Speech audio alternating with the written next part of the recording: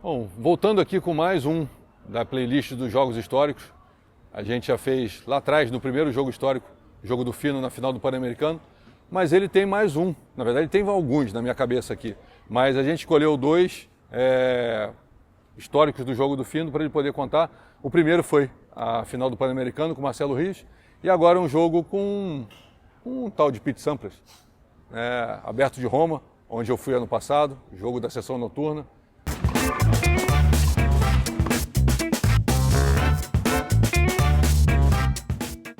E aí, Fino, o que você lembra dessa partida, de como começa? Eu não lembro, né? Como é que mais ou menos, como é que começa o dia, como é que você se prepara, como é que você acorda, toma café, com quem você aquece? Eu passo o quali de Roma, primeira rodada eu pego o Piolín. Aí eu ganho do Piolín em 2 sets. Chave boa, hein? O Sampras era cabeça... Cabeção? Cabeça 1. Aí eu ganho do Piolín na primeira rodada. Isso era terça-feira. Quando acaba o jogo, o Sampras jogava à noite contra o Schaller. Ele ali não era cabeça, não era ainda... Não era adiantado. Era aquela chave de uma semana, chave né? de 64, Sim, acho. de uma semana que tinha que jogar quase todo dia. Né? E aí ele joga à noite contra o Schaller, o jogo da noite. Aí eu falo pro Pardal, Schaller, o Gilbert.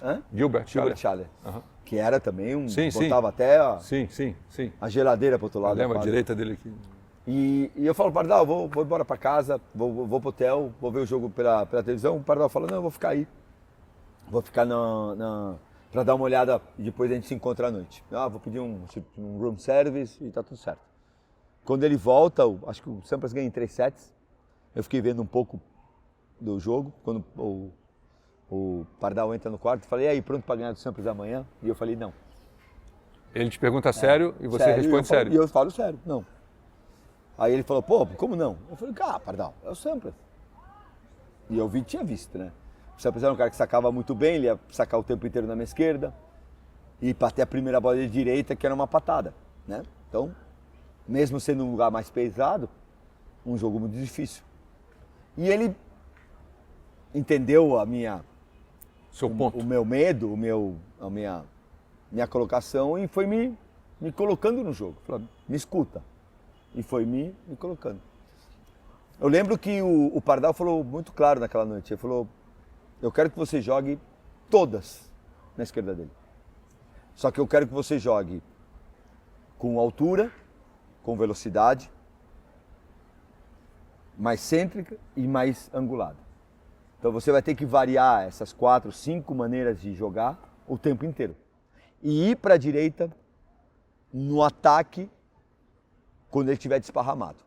Ele não pode chegar bem de direita, porque ele vai dar uma patada e a melhor bola dele é a corrida de direita na cruzada. Então, você não pode nem correr o risco de mandar lá. Permitir que a melhor bola dele esteja tá na em equilíbrio. dúvida, pum, jogou alto na tua esquerda, tapa na paralela, faz ele fugir e cuidado com a inside out dele. Então, ele estava muito monitorado. No saque, não tinha muito o que fazer. A gente sabia que ele ia vir muito mais para a esquerda. Às vezes sacar e volear, e às vezes sacar e ficar a primeira bola e bater. Então, a gente e o Pardal tem uma competência muito grande sobre isso, de leitura de maneiras de jogar. E eu tinha uma maneira muito sábia de acreditar e executar o que me pediam. Então, quando eu entro na quadra, estava muito claro como eu tinha que jogar. Uhum. Então, jogando bem atrás, a devolução não ficava tão atrás, então eu fiquei meio termo. O segundo saque um pouco mais para frente do que eu normalmente devolvia. No 15-0, no 15 wide eu sempre devolvi dentro, ou esquerda, e o 15-0 atrás tentando fugir para pegar o segundo saque e bater de direita, de forehand. Então estava muito claro. O jogo foi, na minha visão, o melhor jogo da minha carreira taticamente.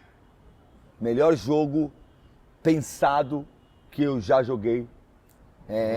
Eu sabia exatamente o que ele ia fazer, eu sabia exatamente o que eu tinha que fazer.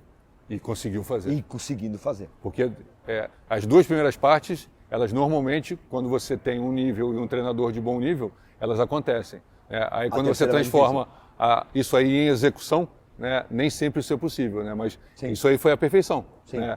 O estudo, o entendimento, a leitura e a execução. Tudo foi em harmonia, né? Então, Aí eu consigo mesmo quebrar... sendo o Sampras quem é, com a execução funcionando em cima de tudo que foi estudado, encaixou, né? Sim. Aí eu consigo quebrar, eu consigo ganhar o 6-3 do primeiro set.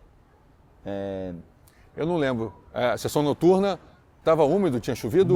Muito úmido, muito pesado. Tipo igual Roma no passado, que choveu quase todo dia. Não choveu, mas era muito úmido lá, é muito pesado lá. Né? Então, era um jogo com bola lenta, muito lento. Eu lembro que eu passo ele várias vezes de esquerda, a bola ficava. Sim. Quando eu ganho o primeiro set 6-3, eu lembro que eu vou sentar e olho para fora assim, e meio desacreditando, sabe?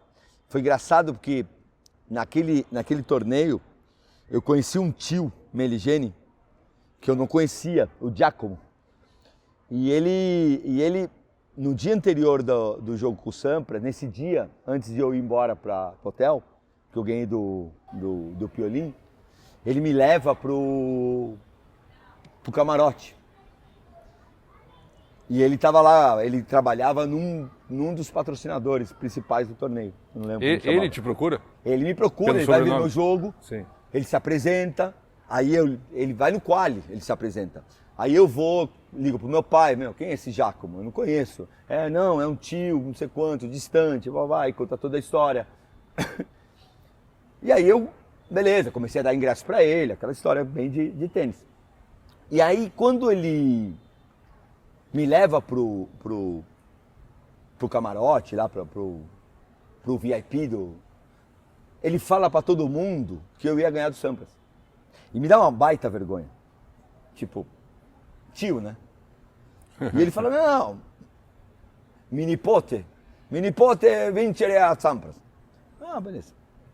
E eu olho e falo, pô, Giacomo, para com isso, não sei quanto, é o Sampras, respeito o cara, não sei quanto, como eu vou ganhar do Sampras? E eu ganho, e eu tenho a primeira imagem do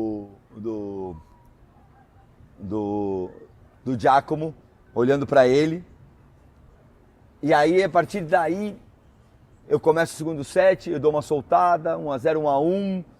O Pardal percebe que eu já começo a mudar, me dá um esporro do lado de fora. Volta, voltei e ganhei 6-1. A primeira pessoa que eu escuto gritar, a primeira palavra que eu escuto quando eu ganho o último ponto, a frase era "Te ha detto a vincere a Sampras", que era o tio falando, o Giacomo falando disso. Então, para mim, hoje, muitos anos depois, 52 anos depois, com 52 anos de idade, a gente falou de Rios, eu posso falar de Rafter, eu posso falar de semifinal de Roland Garros, eu posso falar de Kuchera, eu posso falar de Corretja, eu posso falar de tantos caras, de Wilander, final de ATP, eu posso falar de um monte de cara que eu ganhei, Kafelnikov, e esse aí se aposentou, né? Esse aí, você ganha a final e ele depois tem um podcast que ele fala que daquele jogo ele se aposenta. Ele se aposentou. Mas acho que a grande história da minha vida é o Sampras. Porque é ganhar do maior de todos os tempos, né? Você é um pouquinho mais velho que eu, mas você é contemporâneo. Sim. Pra gente, o Sampras era Deus. Ninguém imaginava que alguém fosse surgir depois de Sampras. Fosse surgir depois de Sampras. E aí tudo vem acontecendo, enfim. Mas ele era um monstro. E eu lembro dele no juvenil ainda. Né? Foi jogar um torneio no Japão e a conexão, na época era voo da Japan Airlines, a gente faz até Los Angeles e ele entra na conexão de Los Angeles. Né? E quem ganha o torneio lá em Tóquio é o Nico. O Nico Pereira. Ele é o campeão, ele era o número 1, ele ganhava tudo, né, na verdade. Tudo. E eu estava com o Roberto e estava com o Sérgio Sarli. E a Alessandra Caú, a menina de Curitiba. E ele entra e ele meio que estava ele e o pai, sem treinador, sem nada. E o pai vai conversando comigo, os jogadores vão atrás e a gente, treinadores e família, vai na frente, na primeira classe. E ele pergunta, a gente está meio sozinho? Eu, obviamente, não tinha muita noção de contato, quem era Pete Sampras. E a gente pode treinar com vocês amanhã? E aí, tudo bem. Aí quando a gente vai para a quadra no dia seguinte, o Roberto Canhoto, o Sérgio Sarli Canhoto. Aí ele perguntou, mas os dois são canhotos? A gente não tem destro. Aí ele falou assim, a gente treina e dava para ver que a bola... Eu nunca tinha visto um menino fazer uma bola sair tão fácil da raquete. Em cima da linha, na primeira bola, eu nunca tinha visto um menino jogar de tripa, né? Tô falando de 88, 89. Ele jogava de tripa, dura, muito dura e fácil, batendo. Ele vai a semi, perde para o David Rickle, não sei se você lembra dele, canhoto, e Tcheco canhoto, e o Rickle perde para o Nico na final, que o Nico atropelou todo mundo. Mas ele era um monstro. Eu já tinha jogado com o Sampras na primeira rodada, 93, 94, não lembro, do US Open, tomado um vareio. E ele era muito difícil de jogar. E o Pardal era muito amigo do Anacon. O Pardal era muito amigo dos técnicos. E eu treinei muitas vezes com o Sampras. Principalmente no Saibro, porque ele precisava disso, um canhoto jogando bola para cima. E sempre nos treinos ele passava por cima. Porque ele sacava demais, era muito difícil jogar. Né? Mas foi a vitória mais incrível assim, que eu tive. E impressionante, você sai da quadra e você fala, meu Deus, eu consegui ganhar do Sampras. Deve ter sido para você ali naquele momento, né, de tipo, deitar a cabeça de noite e falar... Que durou pouco, né, a alegria, porque no dia seguinte tomei 2-1 do Mantilha, né? Que foi lá fazer com você o que você fazia, né? E aí ele não narrava uma bola e foi ainda meio abobado pela vitória. Porque você deve ter tido um monte de entrevista, um monte de... Não, e ainda quando eu ganho o Sampras, eu entro de lock loser, eu saio da quadra, feliz pra caramba, não sei quanto, e tinha aquele Mark Hale, figuraça, e ele vai e me fala, Fino, entramos de lock loser. Pelo amor de Deus, não fala que você não vai jogar. Não me tira desse sonho. Não me tira essa possibilidade. E eu falei, tá bom. E era a sessão noturna, né? Então era depois da sessão noturna? Depois do jogo do Sampras. Alguém deve ter desistido, não sei quem. E eu acabo jogando, a gente acaba perdendo. Mas eu jogo... Então eu joguei a dupla e aí no dia seguinte eu perdi assim. Tá. Bom, Fino, obrigado pela presença, parabéns pela história. Mais uma vez aqui, Fernando Meligeni, contando um jogo histórico.